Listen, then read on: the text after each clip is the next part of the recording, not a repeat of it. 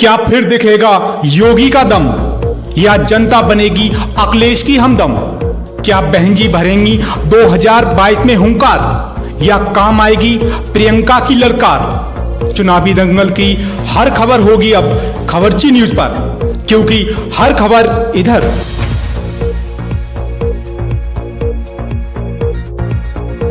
नमस्कार, खबरची न्यूज में आपका स्वागत है। चुनावी साक्षात्कार श्रृंखला में आज हमारे साथ मौजूद हैं बरेली की भोजीपुरा विधानसभा सीट से बहुजन समाज पार्टी के प्रत्याशी योगेश पटेल जी। योगेश जी 4 बार लगातार भोजीपुरा से ब्लॉक प्रमुख हैं।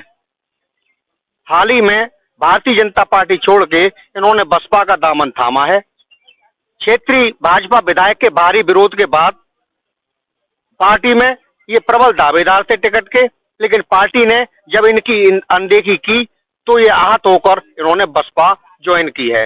अब बसपा से एक मजबूत उम्मीदवार के रूप में ये चुनावी रण में उतर चुके हैं। आज हम योगेश जी से जानेंगे क्या चुनावी रणनीति है, नई पार्टी में किस तरह का इनका जोश है और क्या इनकी आगे को लेकर प्लानिंग है। योगेश जी, खबरची न्यूज में आपका स्वागत है। जी धन्यवाद। अचानक चुनावी समय में एक नई पार्टी ज्वाइन करने की चुनौती आपने दिल से स्वीकारी है। तैयारी आपकी चुनाव में पहले से थी, अब किस तरह से आप क्षेत्र में रण में उतरे हैं? चुनाव की जो रणनीति है उसमें ये बिल्कुल साफ है कि हमने जिस पार्टी को चुनाव किया है, बीएसपी से जो हम लड़ने जा रहे हैं, बीएसपी पार्टी का वोट हमारे विधानसभा में लगभग 120 भोजीपुरा में 60 से 65 हजार वोट ऐसी हुआ वोट आता है। 80 हजार वोट लगभग हमारी अपनी कम्युनिटी का है। 2 वोटों को मिलाकर भी हमारा करीब करीब 1,35,000 वोट बनता है। अगर इसमें से 70% की हम लोग शुरुआत करेंगे, 70% भी लेते हैं तो 12 सत्ते 84, 80 से 85 हजार वोट की शुरुआत हम लोग 2 ही वोटों से करते हैं। पूरी सोची समझी रणनीति के साथ हम लोगों ने निर्णय लिया है। पार्टी में हमारे साथ बार बार अनदेखी करी गई। पहले पिछली बार विधानसभा में मुझे चुनाव के लिए कहा गया, उसके बाद टिकट नहीं दिया गया। फिर उन्होंने कहा माननीय भंवर लाल मौर्य जी को लड़ाइए, मैंने तन मन धन से उनको लड़ाया। उसके बाद जिला पंचायत में पार्टी ने दिशा निर्देश दिया कि आप जो है जिला पंचायत में लड़िए, आपको जिला पंचायत अध्यक्ष लड़ाएंगे। जिला पंचायत अध्यक्ष में भी पार्टी ने, जब मैं जिला पंचायत सदस्य मेरी पत्नी जीत के आई जिले में सबसे नंबर 1, उसके बाद भी पार्टी ने कहा कि इस बार आप छोड़ दीजिए, आपको आगे विधानसभा लड़ाएंगे।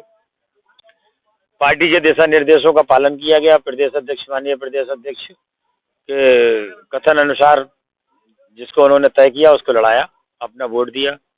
आगे अब फिर विधानसभा आई तो विधानसभा में फिर उन्होंने कहा कि ठीक है तैयारी करिए, और आज फिर हमारे साथ, हमारी क्षेत्र की जनता के साथ, हमारी बिरादरी के साथ फिर एक छल हो गया। फिर टिकट हमें न देके भंवर लाल मौर्य को दिया गया। इससे हमारी अपनी बिरादरी में बहुत आक्रोश है। अच्छा योगेश जी, तमाम मीडिया रिपोर्ट्स में, पार्टी के इंटरनल सर्वे में भाजपा के अंदर भोजीपुरा से भारतीय जनता पार्टी के मौजूदा विधायक हैं, उनका भारी विरोध सामने आया है। स्थानीय लोग खुलकर उनके विरोध की बातें करते हैं, चुनावी बहिष्कार तक की बातों के शोर उठा रहे हैं। आखिर ऐसी क्या वजह थी जो भारतीय जनता पार्टी ने आपको तरजीह नहीं दी? इसमें भारतीय जनता पार्टी संगठन की तरफ से कुछ चंद लोग जो बड़े बड़े पार्टी के बड़े मकाम पर हैं, विराजमान हैं, उनकी अपनी पॉलिसी के तहत पार्टी ने अनदेखा करा है, जो ना तो पार्टी के हित में है और ना हमारे समुदाय के हित में है। अगर पार्टी के संगठन के लोग पार्टी हित में बात करते तो भी जो रिपोर्ट, जितनी भी सर्वे रिपोर्ट है उसमें उनका स्थान तीसरा रहा है, दूसरा रहा है। अदर लोगों का मेरा स्थान जो है उसमें रिपोर्ट में पहला रहा है, लेकिन फिर भी मुख्य कुछ नेताओं के कारण उसमें अनदेखी करी गई है। योगेश जी, भोजीपुरा एक बरेली जिले की ऐसी विधानसभा सीट है जहां पर सभी पार्टियां अभी तक बाहरी चेहरे उतारती थी। पहली बार एक लंबे समय बाद, कई दशक बाद, एक लोकल प्रत्याशी के रूप में आपको बहुजन समाज पार्टी ने मैदान में उतारा है। क्षेत्रीय जनता क्या आपसे उम्मीद करे और क्या भविष्य को लेकर आपकी विकास की रणनीति है? क्षेत्रीय जनता को खूब मालूम है कि योगेश पटेल हमारे भोजीपुरा के निवासी हैं। भोजीपुरा में उनकी खेती है, भोजीपुरा में उनके कॉलेज हैं, भोजीपुरा में उनकी फैक्ट्री है। कोई और कैंडिडेट ऐसा नहीं है जिसका वहाँ ना तो निवास है, ना उनका कोई औद्योगिक संस्थान है, ना ही कोई एजुकेशन संस्थान है। ये सबको मालूम है। इसीलिए पब्लिक का रुझान, पब्लिक चाहती है कि हमारे क्षेत्र के लोकल स्तर के नेता को चुना जाए, लेकिन नेताओं ने पब्लिक के मन को, पब्लिक की विचारधारा को ठुकराते हुए टिकट देने का कार्य किया है। जिसका विरोध का सामना पार्टी को झेलना पड़ेगा। आपने बतौर ब्लॉक प्रमुख रहते हुए आपने क्षेत्र में कई विकास कार्य कराए हैं, कई व्यायामशालाएं बनवाई हैं, एक आप बड़ा स्टेडियम आपने तैयार कराया है। जब जनता आपको विधायक के रूप में सदन में पहुंचाए तो क्या एक बड़ा विजन लेके आप चलते हैं और भोजीपुरा को क्या बड़ी सौगात देना चाहते हैं? भोजीपुरा में मेरा अपना मानना है कि अगर माननीय विधायक जो भी रहे वहाँ पर अगर मैं रहता हूँ तो आप समझ लीजिए कि क्षेत्र में विकास होने के लिए बहुत से ऐसे बिंदु हैं। पहला तो शिक्षा की बात है। अगर हम अपने क्षेत्र के बच्चों को शिक्षित करते हैं, जो बच्चा पढ़ लिख जाता है वो अपने आप अपना सफर तय कर लेता है। आपने देखा होगा किसी भी गांव में किसी एक परिवार का बच्चा अगर प्राइवेट नौकरी भी 10,000 की करता है तो उस परिवार की, उस घर की चमक अलग ही दिखती है। तो मेरा उद्देश्य है कि क्षेत्र के लोगों को विकास मतलब शिक्षा की तरफ अग्रसर करा जाए, जिसके लिए हमने डिग्री कॉलेज खोला है, पब्लिक स्कूल खोला है, पीजी कॉलेज खोला है, आगे एग्रीकल्चर यूनिवर्सिटी बनाने जा रहे हैं हम लोग। और जो युवा है, बहुत बड़ी तादाद में युवा ऐसा है जो पढ़ लिख के भी ना तो उसके पास सर्विस है ना ही उसके पास बिजनेस है। बहुत से ऐसे धंधे हैं जिसमें बहुत थोड़ी सी जरूरत से भी बिजनेस किया जा सकता है। मैं कोशिश करूंगा कि लोगों को आत्मनिर्भर बनाने का प्रयास करा जाए। राजनीति में विरोध होते हैं और समर्थन भी होते हैं।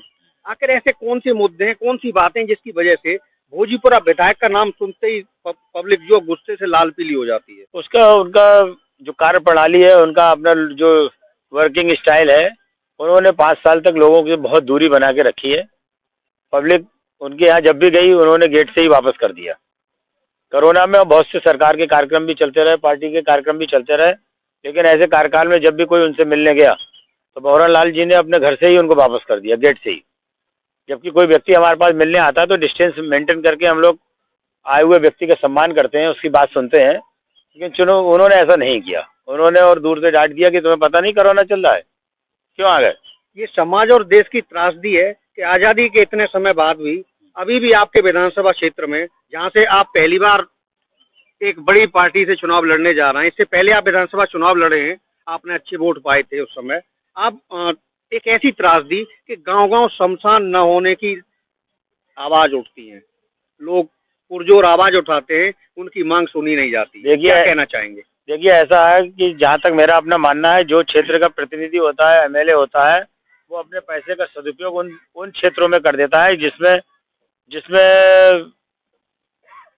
अपना कहना चाहिए जिसमें शेयर होल्डिंग की बात तय हो सकती है। जैसे आपने देखा होगा कि अभी विधायकों ने लाइटें लगाई हैं। एक लाइट की कीमत सरकारी नज़र में 1,25,000 रुपये है। आप असल में अगर किसी का उसका टेंडर निकालेंगे तो वो लाइट 50,000 से 60,000 में लगने को तैयार है। जब 50-60 हज़ार की लाइट 1.25 लाख में खरीदी जाएगी तो 100 काम में से 60 काम तो वैसे ही रह जाएंगे, कम हो जाएंगे, और इससे सीधे सीधे विकास की गति पे फर्क पड़ता है। अगर कोई काम का पैसा हम 1 रुपए की चीज 1.5 में खरीदेंगे तो विकास तो ऑटोमेटिक ही कम हो जाएगा। आपका एक छोटा सा कारोबारी कस्बा है धौरा टाड़ा नगर पंचायत जी। हाईवे से धौरा टाड़ा लिंकअप जो रोड है उसकी हालत बहुत तबाही जैसी है, बस से बदतर, बहुत खराब हालत। लोग बड़ी उम्मीद से कई दशक से उम्मीद लगा रहे हैं। तमाम विधायक देखे, सांसद देखे, मंत्री देखे, आज तक उन्होंने किसी ने उनकी सुनवाई नहीं की है। क्या कहेंगे आप? इसमें सीधा मानना है मेरा, कोई भी जैसे हमारी जो भी गवर्नमेंट होती है उसकी ठीक कहना है, जब तक बच्चा रोता नहीं है तब तक माँ दूध नहीं पिलाती है। जब कोई जनप्रतिनिधि अपनी आवाज़ लेके सरकार के पास जाएगा, प्रदेश सरकार के पास जाएगा, तभी उसकी सुनवाई होगी। अगर हम वहाँ डिमांड नहीं करेंगे तो कोई हमारे लिए पैसा देने नहीं आएगा, ना कोई हमारे रोडों का काम करने आएगा। मेरे से पूर्व में जो भी विधायक रहे हैं, मुझे ऐसा लगता है कि उनने अपने समय और पद का सदुपयोग नहीं करा। अगर वो करते तो बहुत सी ऐसे रोड हैं कि जो उनको अपनी निधि के अलावा भी सरकार की निधि से हो सकती थी। बहुत बहुत धन्यवाद दोस्तों। चुनावी बार साथ में उम्मीदवार हमारे साथ थे भोजीपुरा से बहुजन समाज पार्टी के उम्मीदवार योगेश पटेल जी। चुनावी गतिविधियां बरेली में पूरी तरह समाप्त जा रही हैं। बारी बारी सभी पार्टियां चुनावी उम्मीदवारों का ऐलान कर रही हैं। आगे देखेंगे किस तरह से बरेली का ये चुनावी रण और किस मुकाम पर पहुंचता है। खबर ची न्यूज के लिए अनुरोध भारद्वाज।